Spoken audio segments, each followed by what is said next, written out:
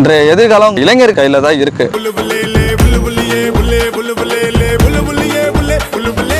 ஒரு இளைஞனின் கையில் இருக்கும் ஆற்றல் அவனது வாழ்க்கையை உயர்த்துமா? இளைஞர்கள் நினைச்சா மட்டும்தான் இந்த போதைப்பொருள் கலாச்சாரத்தை ஒழிக்க முடியும். தடகள பயிற்சியை கைவிடாமல் மாநிலம் முதல் சர்வதேசம் வரை பதக்கங்களை குவித்து வரும் கும்பகோணத்தைச் சேர்ந்த தடகள வீரர் ஜவஹர். அவரது ஓட்டத்தின் பின்னால் இருப்பது வெற்றிக்கான கனவு மட்டுமல்ல, இளைஞர்களை நல்வழிப்படுத்த வேண்டும் என்ற சமூக அக்கறையும். விளையாட்டு எப்படி ஒரு இளைஞனின் வாழ்க்கையை மாற்றும்?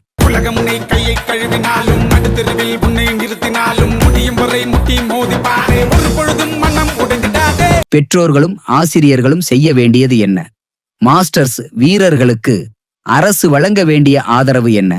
இவற்றை தனது அனுபவத்தின் மூலம் பேசுகிறார் ஜவஹர். ஸ்போர்ட்ஸ் அவேர்னஸ் இது மாதிரிலாம் இல்லாததுனால அவங்க போதைப் பொருளுக்கு ஈஸியா அடிமையாயிடுறாங்க.